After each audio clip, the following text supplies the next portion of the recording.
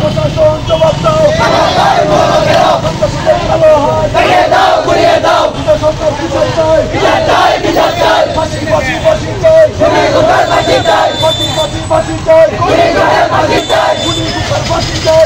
ফাঁসি চাই। পরস্পরের অর্থ সেব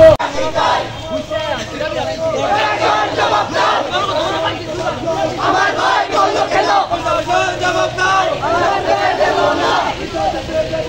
আমার ভাইয়ের রক্ত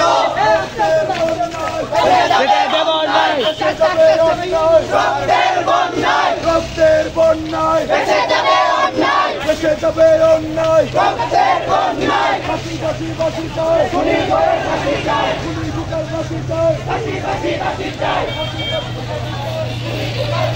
প্রশাসন জবাব দাও প্রকাশ্যে হত্যা কেন? প্রশাসন জবাব দাও আমার ভাই মরলো কেন? প্রশাসন জবাব দাও ফাঁসি চাই। খুনি করে ফাঁসি চাই খুনি কুকার ফাঁসি চাই। ফাঁসি চাই আমার ভাই মরলো কেন? প্রশাসন জবাব দাও প্রশাসন জবাব দাও। আমার ভাই বললো কেন প্রশাসন জবাব দাও প্রশাসন জবাব দাও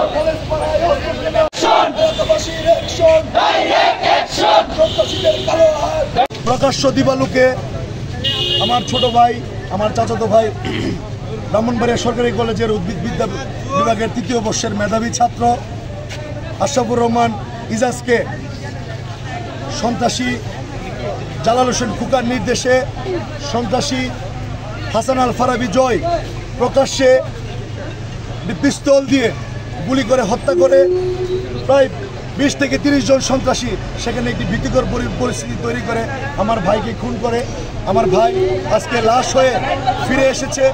আজকে আমার ভাই হত্যার প্রতিবাদে সাধারণ জনতা, ছাত্র জনতা, আমাদের মুরব্বীরা, এলাকার সচেতন মহল আজকে এই হত্যার প্রতিবাদে, এই খুনিদের ফাঁসির দাবিতে আজকে রাস্তায় নেমেছে।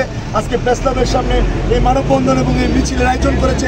প্রত্যেকটি মানুষ স্বপ্রণোদিত হয়ে স্বতঃস্ফূর্তভাবে আজকের এই বিক্ষোভ মিছিলে অংশগ্রহণ করেছে।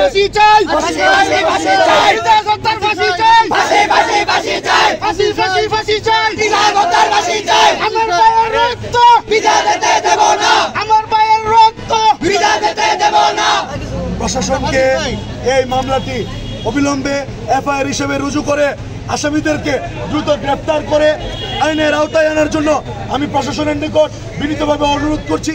এবং কলেজ পাড়ায় এই যে জালাল হোসেন খুকা সহ যে সমস্ত সন্ত্রাসীরা অস্ত্রের ঝঞ্ঝনানিতে এই ব্রাহ্মণবাড়িয়া শহর আজ প্রকম্পিত, কলেজ পাড়ায় একটি অনিরাপদ মহল্লায় পরিণত হয়েছে, তাদের দ্রুত আইনের আওতায় এনে এই অস্ত্রবাজদের, এই টেন্ডারবাজদের, এই চাঁদাবাজদের বিরুদ্ধে এই কলেজ পাড়ার মানুষের পক্ষে আপনাদের এই মিডিয়ার কর্মীদের কাছে আমাদের বিনীত অনুরোধ, তাদেরকে অবিলম্বে এই শাস্তির কাঠগড়ায় যেন এই পুলিশ প্রশাসন সুপর্দ করে।